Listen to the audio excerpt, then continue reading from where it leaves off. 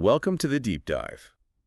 Today we're looking at something that affects pretty much all of us, self-control. Right. And specifically, how we shake those habits we wish we didn't have. Exactly. And forget the old idea that it's, all just about pure willpower. Yeah, that whole moral weakness idea if you can't stick to something. We're diving into some, well, pretty surprising science that shows our surroundings, our environment, plays a much bigger role than most people think. It really does. And get this, we're going to start by looking at, of all things, heroin addiction among U.S. soldiers during the Vietnam War. Which sounds intense, but it actually tells us a lot about, say, biting your nails or procrastinating. It's fascinating. So yeah, for a long time, the common wisdom has been it's all an internal struggle, right? A test of discipline. Exactly. If someone struggles with, I don't know, overeating or smoking, we tend to judge their character. But the research paints a very different picture. It highlights this powerful influence of, well, just where we are and what's around us. So let's dig into that Vietnam story. Okay, picture this. It's 1971. U.S. congressmen are over in Vietnam visiting the troops. And they find something pretty alarming. Yeah, they stumble upon this really disturbing statistic. Over 15% of the soldiers there were addicted to heroin. Which is already high, but it got worse. Right, further digging actually pushed that number even higher. Something like 35% had tried it, and maybe up to 20% were actually addicted. A huge crisis, which understandably led to action back home. It did. The government set up the Special Action Office of Drug Abuse Prevention specifically because of this. Now, this is where the really groundbreaking research comes in from Lee Robbins. Ah, yes, Robbins' study. It completely flipped the script on addiction, didn't it? Totally. Before her work, the prevailing thought was, heroin addiction. That's basically a life sentence, permanent. You don't just get over it easily. But Robbins found something astonishing. When these addicted soldiers returned to the U.S., their relapse rate was incredibly low. Like, unbelievably low. Get this, only about 5% relapsed within the first year, just 12% within 3 years. Wait, so 9 out of 10 soldiers who were addicted in Vietnam just stopped, almost immediately. Pretty much, yeah. As soon as they got home, it was so different from what everyone expected. It forced researchers to really question everything they thought they knew. Absolutely, because kicking heroin, you'd think that requires this huge, long battle. Yeah. So what was going on in Vietnam that caused such widespread addiction?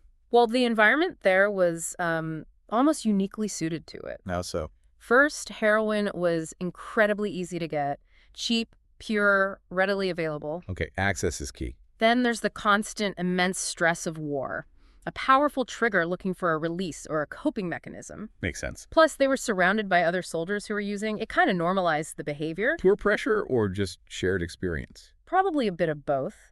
And crucially, they were thousands of miles from home, away from their families, their usual routines, their support systems. All the normal anchors were gone. Exactly. It was this perfect storm of factors that made starting and maintaining the habit much, much easier over there. And then, poof, they fly back to the States. And that entire context just vanishes. Suddenly, they're in a completely different world. None of those specific pressures, none of those cues are there anymore. So the triggers disappeared. Pretty much. The easy access, gone. The intense combat stress, gone. The specific social circle of users, mostly gone. That feeling of being totally displaced, replaced by being home. And the habit just dissolved for most of them. For the vast majority, yes. Right. Which is, a massive contrast to the typical story. Right. You mentioned what usually happens. Somebody gets addicted at home, they go to rehab. Which is an environment specifically designed to be free of triggers, right? Sure. Clean, structured, supportive. But then they come back. They come back to the same neighborhood, maybe the same friends, the same stresses, the same corner store where they used to buy cigarettes or whatever triggered their drug use. All of those original cues are waiting for them. And that's why the relapse rates are usually so high. You said, what, like 90% sometimes? Precisely. For heroin addiction treatment, historically, yes, relapse rates can be depressingly high, often cited around that figure. The old environment triggers the old behaviors. So the Vietnam studies really threw a wrench in that idea that bad habits are just about weak willpower. Absolutely.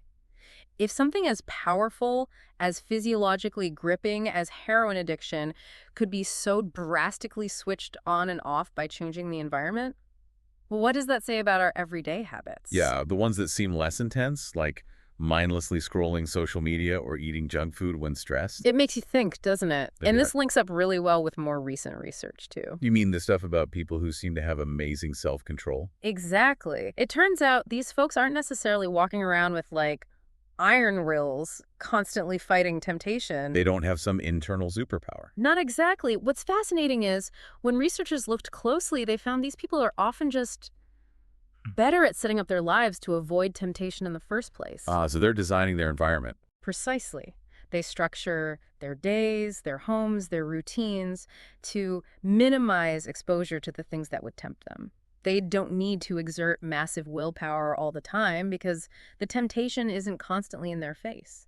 So the people with the best self-control often end up using it the least. That's a great way to put it.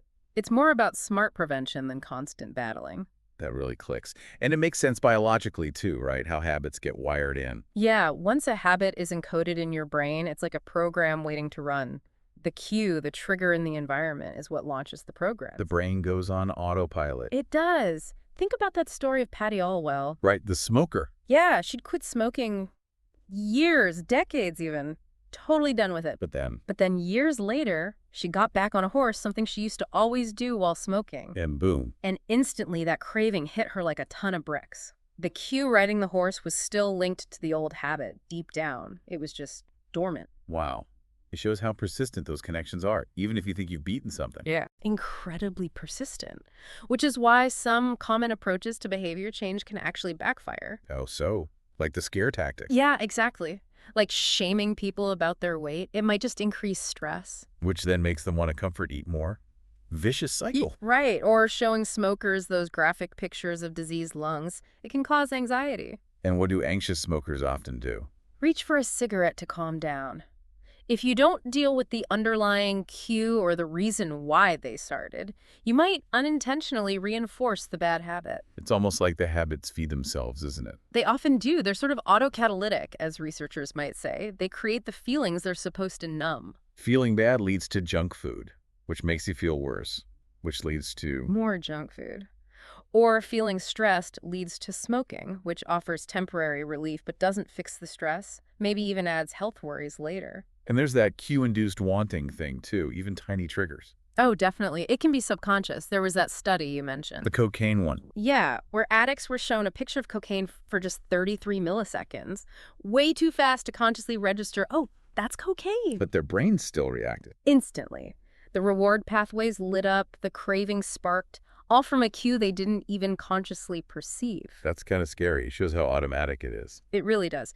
The big takeaway here is, once a habit pathway is burned into your brain, it's really, really hard to just erase it. It's always there, potentially waiting for the right cue. Which explains why just white-knuckling it, just trying to resist temptation moment by moment feels so exhausting. It is exhausting. Willpower, as we said, it's like a muscle. It gets tired. You can't rely on it 24/7, especially when your environment is constantly throwing triggers at you. And you're basically fighting your own brain's wiring. Exactly. And fighting your surroundings. It's Yeah. very hard to maintain positive habits consistently if you're stuck in a negative or triggering environment. The context usually wins in the long run. Okay, so if brute force willpower isn't the sustainable answer, Mm-hmm.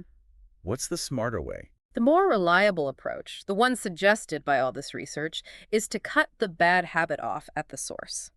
Meaning, Meaning, reduce your exposure to the cues that trigger in the first place. Attack the root cause, not just the symptom. okay, give me some practical examples. Sure.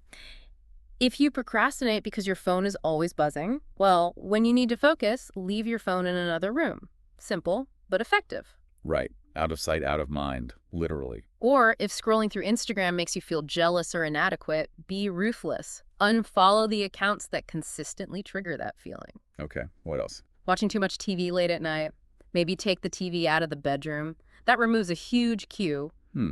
I know people that struggle with that. Or say you overspend on the latest gadgets because you're always reading tech reviews. Maybe. Stop reading the reviews for a while. Remove that trigger for desire. Or video games. If you lose hours to them. Unplug the console when you're done. Put it in a closet. Add a little friction. Make the cue less immediate, less obvious. It sounds like you're basically making the bad habit invisible. That's exactly it. It's the inversion of the first principle for building good habits, which is make it obvious. To break bad habits, you make it invisible. And it's surprising how well just removing one simple cue can work. It really is. That single change can sometimes cause the whole habit structure to just crumble over time without this constant draining fight. So self-control in the moment, that's like a short-term Band-Aid. It has its place, definitely. But it's not the long-term strategy. Long-term success really comes from shaping your environment so it supports your goals, not sabotages them. Okay, let's wrap this up then. The big message here seems to be the secret to better self-control isn't just trying harder or having more discipline. No, it's much more about being smart, being strategic about your environment. Identifying those triggers, those cues, often things we don't even notice that kickstart the habits we want to break. And then taking active steps to make those cues less apparent, ideally invisible. We've seen how deep these habits go, how hard they are to truly forget. And how people who seem to have amazing self-control are often just masters of avoiding temptation proactively. And that removing cues, even simple ones, can be incredibly powerful. Which brings us to a final thought for you, listening right now. Yeah, think about one area in your life, just one habit you're wrestling with. What's the specific thing that usually happens right before? What's the cue? Is it a time of day, a place, an emotion, seeing something? Get really specific. Yeah. And then ask yourself, what's one small change, something you could do right now or today, to make that cue less visible, less obvious in your environment? Just one small tweak. Remove the cookie jar from the counter, turn off notifications for that app, leave your work laptop in your bag when you get home. Experiment with it. See what happens. As we've heard today, sometimes the simplest environmental changes can unlock the biggest shifts in our behavior, often more effectively than just trying to resist.